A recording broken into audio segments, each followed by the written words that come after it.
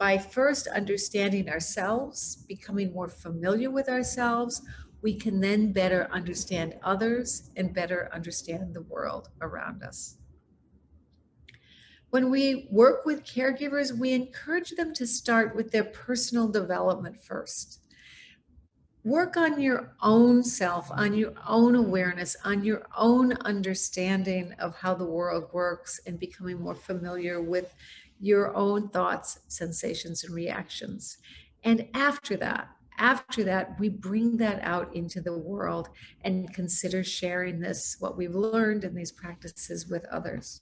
Now, as a practical matter, there is a ripple effect. We don't need to do anything to share the benefits of our practice with others, because if we become a little bit less neurotic, a little bit less reactive, a little bit more open-hearted, open-minded, and kinder and compassionate, just that shift in ourselves, that change in our own system changes the entire system around us. There's a ripple effect.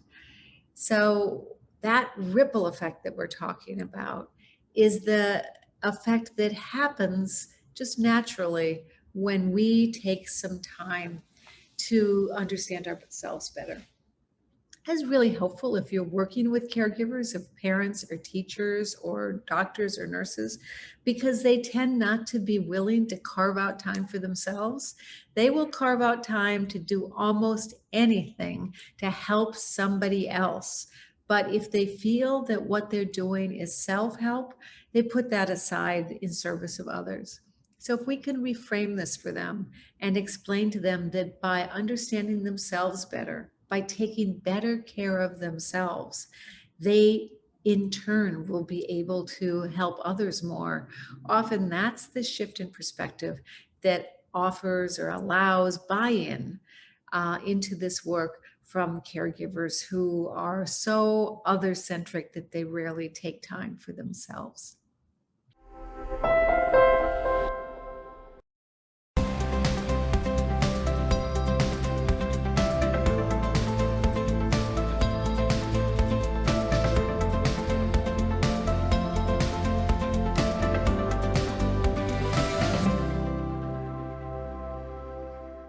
So I'm going to talk to you about the Inner Kids model here.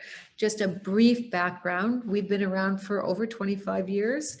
The research on the Inner Kids elementary program was published in 2010, and it was one of the first peer-reviewed, controlled, trialed, school-based programs in the field to be published. And the work in the Inner Kids program is on offering secular mindfulness practices to children of all ages and to their caregivers, which means teachers, parents, therapists, and pretty much anybody who works with kids. So in the Inner Kids program, we have three baskets or three large umbrellas of qualities that are developed and highlighted. The first is attention, the second is balance, and the third is compassion, what we call the ABCs. And these qualities, the development of these qualities is a bit of a progression, but it's not an entirely linear one. It's helpful to view these qualities as developing attention and balance and compassion, but honestly, it's more of a circular, more of a spiral development than a linear development, and that the development of these qualities may seem very modest at first, but you'll see that it's meaningful and that it grows stronger over time. So by developing attention, balance, and compassion, these three qualities, these three golden threads that are laced through all of our navigation of daily life, we also build 6 social, emotional, and academic life skills that are very usable, trainable skills to help us solve problems and help us work with the issues that come up in our lives. Those 6 qualities are focusing, quieting, seeing, reframing, caring, and connecting. We'll talk about them in more detail as we progress through this presentation. And you'll see that focusing is at the center of this graphic and that it's a little bigger than the others. And that's because focusing is necessary. The capacity to attend is really necessary to bring any of these other life skills online. It's very tough to quiet your nervous system if you don't have attentional skills. Tough to see things, reframe them, and move toward caring and connecting if you don't have good, steady, stable, pliable attention skills. So that's why focusing is at the center, and why the swish for it, or the icon for it, is a little bit bigger than the others. You'll also see I don't have these life skills in a linear progression. I have them more circular with arrows pointing around to each other, because that really is how they develop. There's a sequence to them, to be sure, but really they are all constantly related to one another, changing and connected to each other. So in addition to the qualities, in addition to the life skills, there are also universal themes that we teach kids and caregivers that are connected to classical contemplative practices. So over thousands of years, contemplatives have compiled an extensive catalog that maps our inner and our outer world, including a set of themes that support and inform a wise and compassionate worldview. So in the Inner Kids model, and you can see this on the website at susankaisergreenland.com, you look towards Inner Kids, you'll see universal themes. You can click on it and you'll see the themes that we have identified in this program. And those themes basically are acceptance and appreciation and attention, attunement, behavioral restraint, contemplative restraint, cause and effect, clarity, compassion, discernment, empathy. Everything changes, interdependence, joy, kindness, motivation, open-mindedness, patience. As time passes, the older I get, the more I appreciate the importance of patience in this work. Present moment, self-compassion, and wise confidence. So we use a number of contemplative methods that have been developed over the millennia to build, to train, to evolve, to develop these trainable life skills. And the ones that we primarily use in the Inner Kids program are anchor practices. Those are where we anchor our attention, where we gather our attention around a single object. So we do that, maybe we're paying attention to the sensory experience of the feeling of our movement of breath, or to a sound, or to a picture in our head. That's visualization. We practice body scans where we bring awareness to our body. We practice movement, so we are not always sitting still when we move, when we practice mindfulness and meditation with kids and adults. Open awareness and analytical practices where we think through different problems, to be sure, but also think through different ways of perceiving our experiences and the world around us. So here's a chart, if this might help you, a grid. One of the schools I've worked with for years said, Susan, get me a grid. So that's how we developed it. And this gets you a sense of how these different elements work together. There's a qualities, attention, balance, and compassion. There are life skills, focusing, quieting, caring, reframing, seeing, connecting. The contemplative methods I mentioned, anchor practices, awareness practices, analytical practices, body scans, and movement, and themes. And here are just a few of the selected ones that could fit on the slide, like open-mindedness, like appreciation, like interconnection, like how everything changes, like being helpful, just plain old helpfulness, and about letting go and letting be.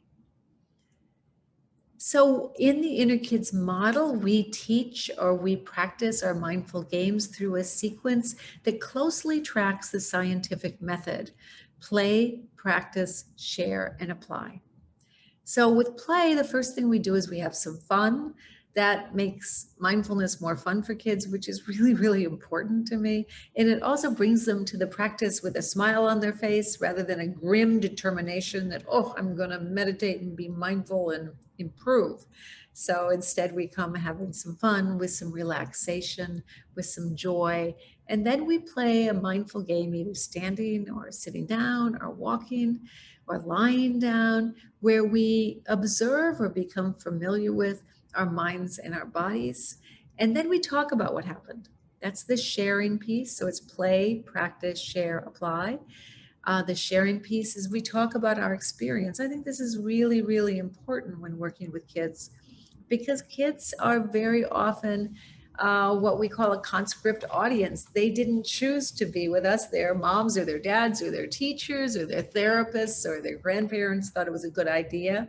And so we want to hear what comes up in their minds and their body so that we can help them understand it, contextualize it, and perhaps normalize it. And then the last is apply.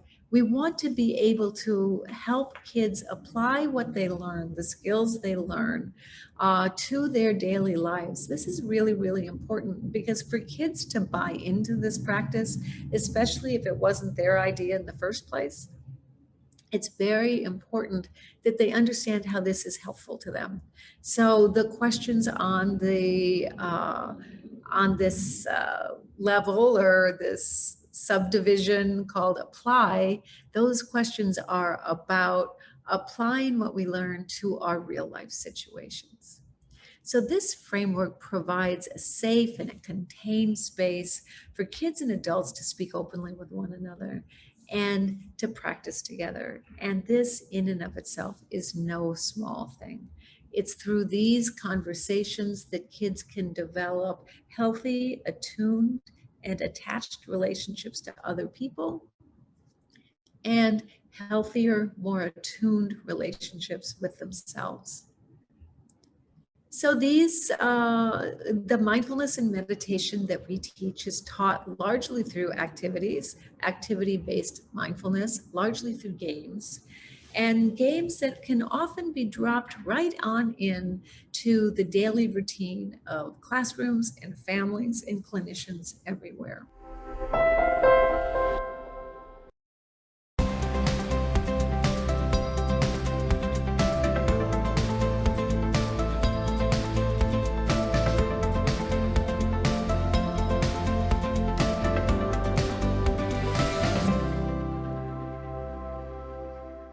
The first quality of attention, the first of the three qualities, attention, balance, and compassion, is attention or awareness.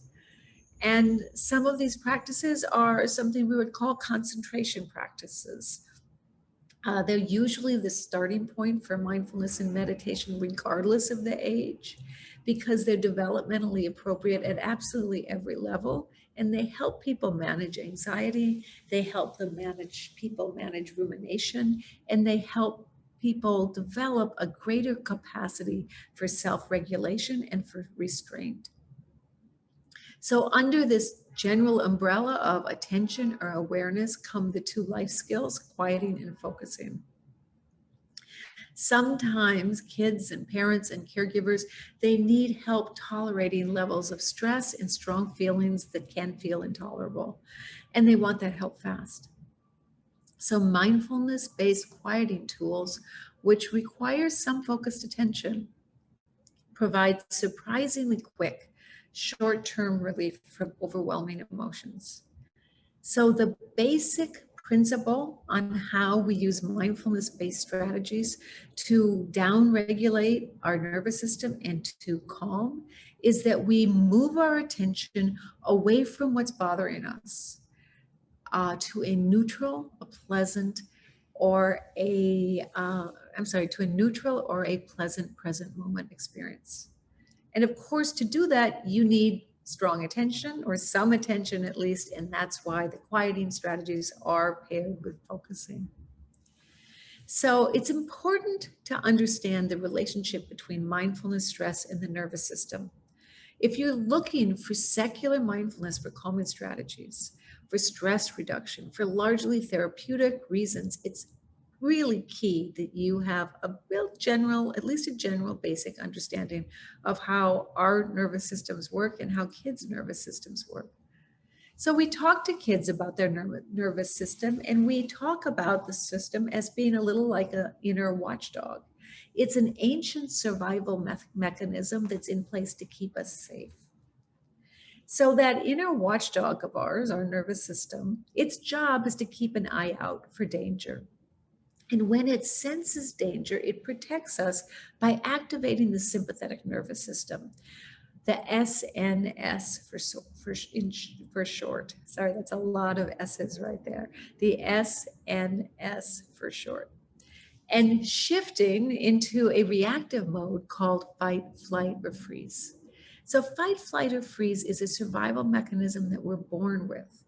It gives us the energy to respond skillfully when we are in danger. How? By releasing hormones like adrenaline that make our hearts beat faster and that increase the speed of our breathing and the blood flow to our muscles. When all that energy is directed toward survival, that doesn't leave as much energy for our critical thinking capacities. And so when our energy is focused on fighting or fleeing or freezing, we don't have as much energy as we usually do to think, to listen, to learn, and to be open to new ideas. So all stress is not the same. The fight, flight, or freeze reaction response, it's a life-saving reaction to physical danger, like a fire or a car crash or a tiger chasing us in the jungle. But sometimes everyday stress leads us to respond as if we are in physical danger when we really aren't.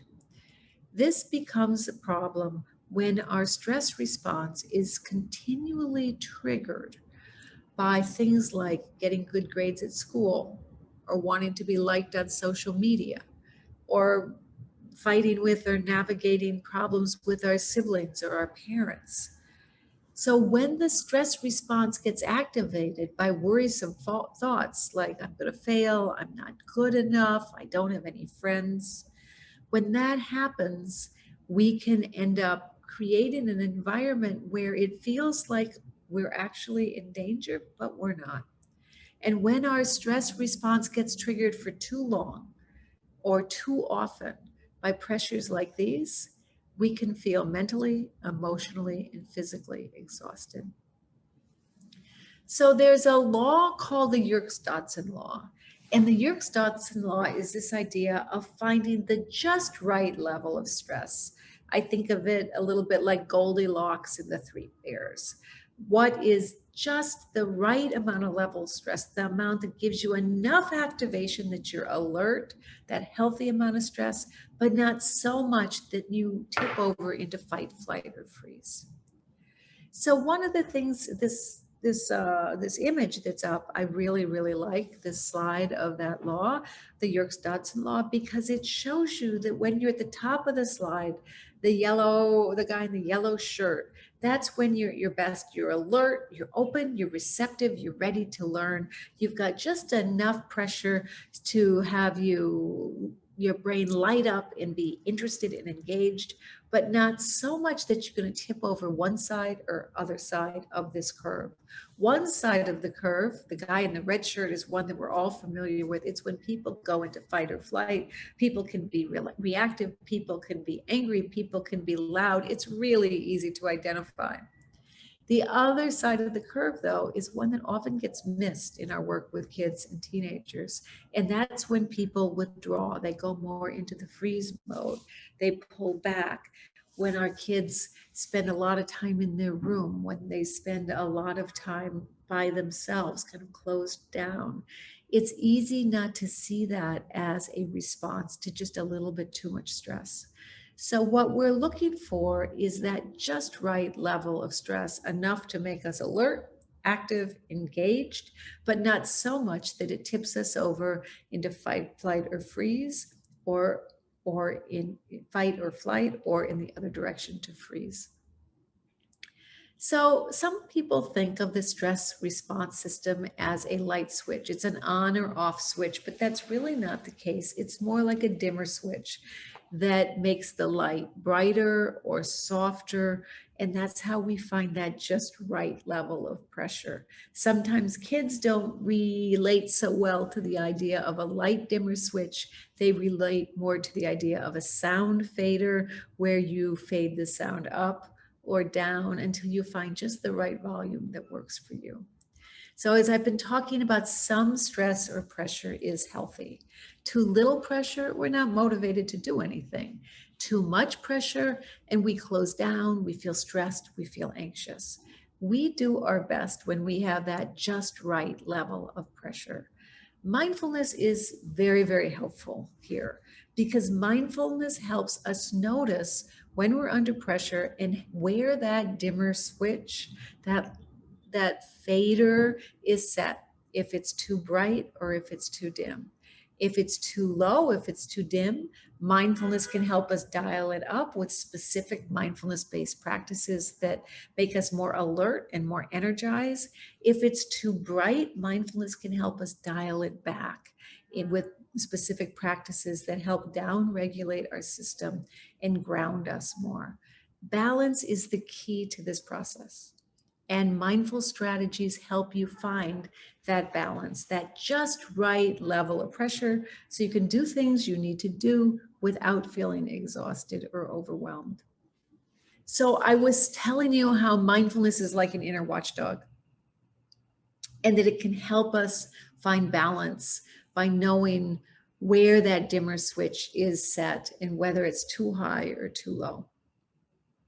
And that's really the difference between a mindful watchdog, one that can discern, can help you understand where your dimmer switch is set, and just the plain old nervous system watchdog, which is going to react in a fight, flight, or freeze mode, depending on the input that it receives. So that's why the development of mindfulness is so helpful, is it adds a level of discernment to this function of our nervous system that is happening already. So our mental response to stress really changes depending how our bodies feel. So there's a connection between stress and tension, and that's what I want to talk about next. When we're stressed, our minds and our bodies constrict and they get very tight.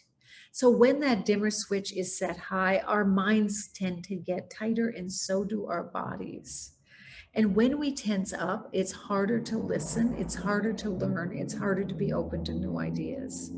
So we've talked about how when our SNS is activated, our body releases adrenaline and our heart rate and our breathing speed up. Those are reasons that our minds and our bodies tense up.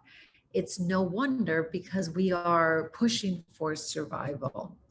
So to manage stress when we are not in a situation that is life-threatening, it's very helpful to notice the sensation of stress in your body, to notice that you're feeling stress, your shoulders, your back, your neck, and then bring gentle awareness to those areas and see if you can soften and relax.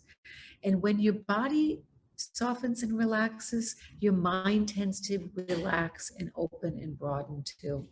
So that's one of the mindfulness-based strategies that we use is we notice the tension in our body.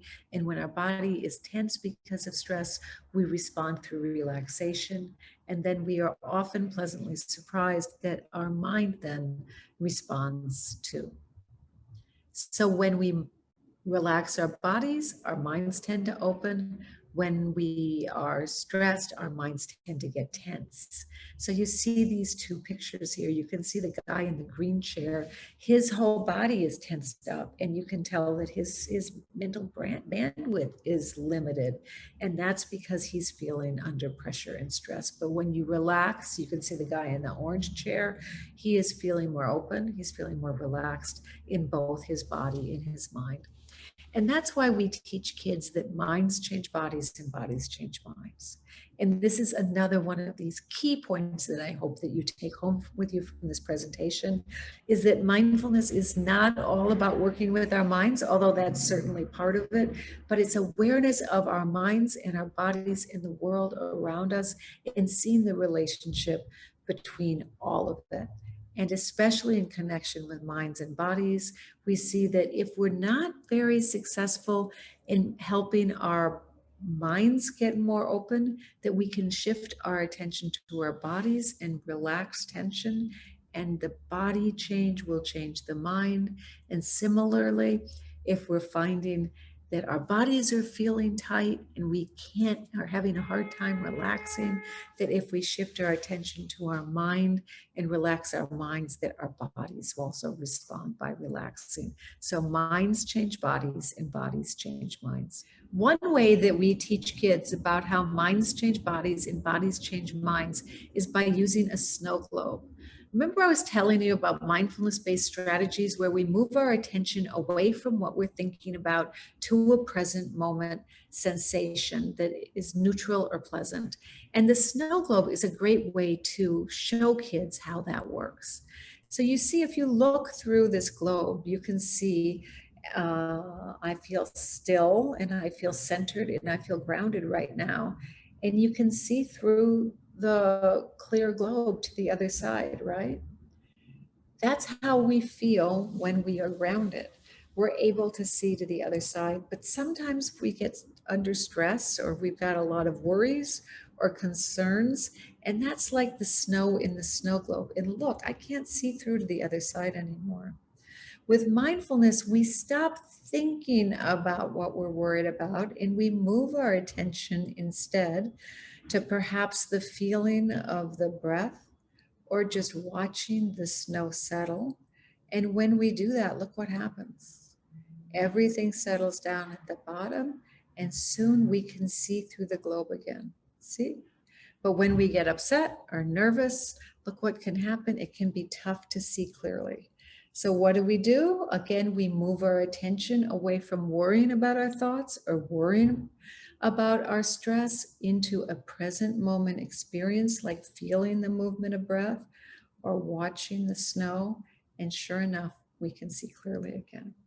So this glitter ball really is a great way to show kids what happens when our minds get busy and how then it's tough to see clearly, and what happens when we ground ourselves by moving our attention to something other than what we're thinking about, and how that helps settle the glitter. This is also, if you're a parent, an amazing, it's almost a magical practice, I've got to tell you. If you put something like this on your kitchen counter and at some point you're feeling like you're not seeing clearly, you're feeling overwhelmed, then you can just pick it up and say, hey, to your children, look, at mommy's mind feels like this right now.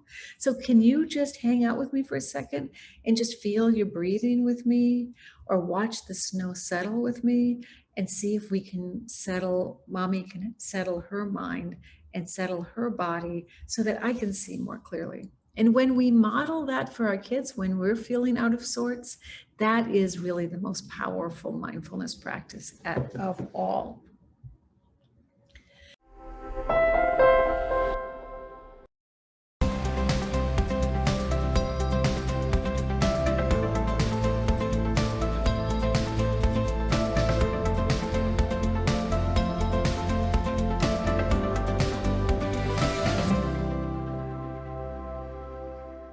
So that was attention. Now let's look at the quality of balance.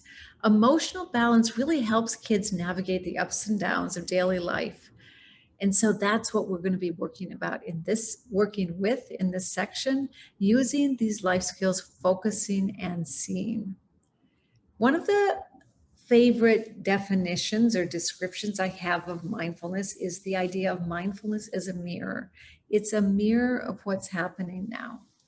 So that mirror accurately reflects what's happening in our inner and outer worlds, and we see what's happening without an additional layer of thoughts, emotions, and stories that can blur the reflection. So we have a couple of stances of attention that we teach kids about. One is the spotlight, which is a focused attention, focusing on one thing and ignoring distractions. And the other is the floodlight of attention. It's a wider, more open stance of attention that includes absolutely everything in our experience. When we're mindful, we use both the floodlight and the spotlight stances of attention. So we become more familiar with thoughts and emotions and opinions and reactions and sensations, not because we want to change them, not because we want to get rid of them, not because we want to embrace some of them and push some of them aside, but so that we become comfortable with the full range of activity in our minds and so that we better understand it. When we see our minds more clearly and we better understand our minds, then we can next better see and understand other people's minds and their hearts and their bodies, their thoughts, emotions, reactions, opinions too. So again, it starts with inner work, inner understanding, inner familiarization to help us better understand other people and the world around us. So what do we do? Big feelings, busy minds, they are going to come up during meditation. And what do we do then? When we're mindful, we become more familiar with these things, but some of them may come up and sometimes they may be difficult to navigate and they may be overwhelming. So when that happens, we do something that you might not exactly expect. One of the things we forget is that thoughts generate more thoughts. And there was a social psychologist named Dan Wagner who did a social experiment that really helped us understand what that looks like. So I'd like you to practice that social experiment with me for a second. And I'd like you for one moment or two, try not to think about a pink elephant. What happens when you try not to think about a pink elephant? Can you push the idea of a pink elephant away? Can you get rid of the idea of a pink elephant? More often than not, what happens is the more you try not to think about a pink elephant, the more a pink elephant comes to mind. So this idea that what we resist tends to persist is a very, very important and useful idea in all of mindfulness meditation. And it starts with this idea that when we're practicing, we're not trying to get rid of thoughts. We're not trying to get rid of emotions. We're not trying to get rid of thinking about pink elephants. We just develop a wide, spacious, open stance of attention with plenty of room for all of it. So we let it all come, we let it all go, and we do our best not to engage with these thoughts that come to mind. So when we become more mindful, when we become more familiar with our thoughts, then we can see our minds more clearly. But again, like I said, even with these skills, even with this understanding, sometimes big and overwhelming emotions come to mind. So when that happens, we give kids strategies to use if they start feeling overwhelmed by big feelings. Here are a few of them right now. If your mind is busy and it's hard to relax, we encourage you to sit and focus and silently say in when you breathe in and out when you breathe out. It's that simple. In, or out. Another one, if you're feeling really overwhelmed, and this works whether you're practicing mindfulness or meditation, or just in the middle of a stressful situation at home or at work or at school, just breathe in for 4, hold your breath for as long as it's comfortable, and then breathe out for 8. The breathing in for 4, holding the extended out breath has a way of settling your nervous system, slowing your heartbeat, and helping you to feel more grounded. Another great thing to do when you're feeling that strong emotions are bubbling up or your mind is very busy is just to move. You can get up and move from your chair, but you can also move in your chair, just silently swaying back and forth. You can shake and shake out nervous energy. You can rub your hands like this. Meditation and mindfulness does not need to be all sitting still, and that's really important when we're working with kids. So moving and shaking and dancing, those are other ways to manage strong emotions in busy minds when they bubble up. Walking is a really great way to manage strong emotions and busy minds. You can just take whatever practice you're doing and do it in connection with a walk. And then, of course, if these strong emotions come up and it's tough to manage them, even with these strategies we've given you, take a break, whether it's a short break of just a second or two, open your eyes if your eyes are closed, or if it's a longer break where you take a break and come back the next day. All of that is fine. Remember early on, I told you that more and more I'm seeing how patience might be the most critical universal theme for us to develop and embrace, period, but especially when we're working with kids and families. Well, you can take a break and come back tomorrow. There's plenty of time to become more familiar with our minds and bodies. So if you're facilitating classes, I want you to know a couple of these basic rules to handle strong emotions that come up in mindfulness class. One, keep your eyes open when leading a reflective practice so that you can see what's happening with the people in your group. If somebody, a child or an adult, seems particularly restless or overwhelmed, it's okay, just skillfully end the practice. Acknowledge feelings that come up without drawing too much attention to them. When appropriate, ask for group support. How many of you have felt something the same or similar? Show your hands. Contain the discussion. A tender topic can quite quickly be the subject of playground conversation or lunchroom conversation. So have a referral system in place, a supervisor or a peer support. So if something does come up in a group you're facilitating, you're not quite sure about how to handle, that you can talk to others and then always come back to your group and see if there's something else that you want to do to provide support and understanding. So a little bit more on the quality of balance and the life skills now of seeing and reframing. One of the pieces of the puzzle, the nervous system puzzle in this work, is the idea of the negativity bias. And our brains are wired for survival. And one way that we're wired for survival is to focus more on experiences that feel threatening and dangerous than those that feel positive and uplifting. So this is called the negativity bias, and it was really essential to our ancestors' survival. Unfortunately, right now, it's not as helpful often because often what happens, we don't have the same physical threats to our survival, but still we tend to focus more on the difficulty, more on the challenges than the positive or the good that's happening in our life. So it's easy to get caught in a mental loop of thinking about our problems, especially during hard times. But if we learn to interrupt that mental loop, not pretend the problems don't exist, not ignore or deny the problems, but just interrupt the loop of thinking about them all the time and take a moment to see the beautiful flower in the yard and appreciate it, or feel the sun on your face or the wind, or enjoy your comfortable bed or some time with friends or family. That helps us break the mental loop of thinking about the difficulties and make room for gratitude and appreciation to emerge naturally. So appreciation is a key part of this work. And when challenging circumstances show up, it's so easy to focus on what's going wrong and not on what's going right. So when we take more time to focus on what we're thankful for, we have studies now that show that that type of appreciation helps us become more resilient when life is hard. It helps us to maintain our optimism. It increases our feelings of happiness. It even strengthens our immune system, and it promotes feelings of forgiveness and kindness to others.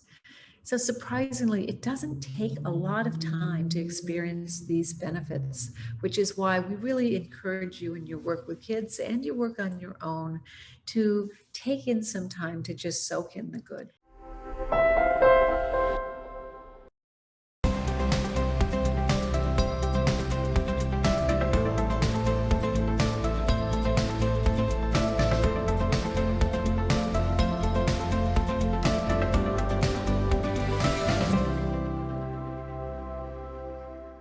Next, remember we had the quality of attention, balance, now compassion. And let's talk a little bit about that and the life skills of caring and connecting. We often talk about connecting to other people, and with kids especially, we talk about kindness and compassion to other people and often forget to encourage them to connect to themselves, to be attuned to themselves, to be kinder and more compassionate to themselves. So we also connect to nature in a natural and an uncontrived way. And we connect to other people with a less guarded and a more relaxed and a more open mind. So when we are working with these life skills of caring and connecting, often we have to work with or consider conflict. And one of the things we talk to kids and parents about in connection with conflict is something called the backward law. And sometimes the harder you pull against conflict, the stronger the conflict becomes. This is similar to that pink elephant slide we had earlier. Remember, what we resist persists. The more if you think about a pink elephant, then it's very hard to stop thinking about them. And the more you think about the pink elephant, the harder it is to stop. In the same way, in a conflict situation, often the harder you pull against that rope, if it's like a metaphorical game of tug of war, the greater the conflict becomes. So often we just ask parents, can you drop the rope? Is this something that really needs to be fought over, or is this something you can just let go? And even if it is something that feels like it has to be managed or dealt with, is this the right time to do so? So that idea of how often do you really need to stay in conflict with your child, or how often can you relax and drop the rope and let things just be and settle and take their natural course? That is one of the really wonderful dances that we play with in the practice of mindfulness and meditation. And of course, there are those times when your child is having a meltdown and you need to get someplace and you need to get into the car and you just need to scoop them up if they're crying, put them in their car seat and buckle them up. So there are times that you really do need to draw the line and you can't drop the rope. But I have found in my own personal experience and in working with other people that very frequently we're able to drop the rope and not stay engaged in a conflict more often than we at first imagine. Related to the idea of dropping the rope is the idea of letting be and letting things go. This isn't the same as giving up. This isn't the same as not trying, but it's just being realistic that right now, this is the way things are. And struggling with them in the moment isn't really going to help. Battling with them in the moment may not be helpful. Right now, I need to let go, let things be, and then I'll come back and try to make change. So one of the things that we do with kids, one of the games that we play with them is this idea of a pink bubble. It helps you acknowledge things are difficult and then try to let them go and not dwell on them. So how that works is we have kids imagine that whatever it is that is bothering them, they put it in a bubble. It can be a pink bubble if they like, or any color that they like. And then they watch in their imagination that bubble together with what it is that's bothering them float away. And maybe they even wave goodbye to it and wish it well. So teaching kids not to give up, but at the same time, not to battle with things where it's not going to be helpful to keep battling with them is really, really useful. And this very specific game of having especially younger kids imagine that whatever's bothering them, the thing that's bugging them, is in a bubble that is floating away, is a really fun and playful and useful way to demonstrate this concept.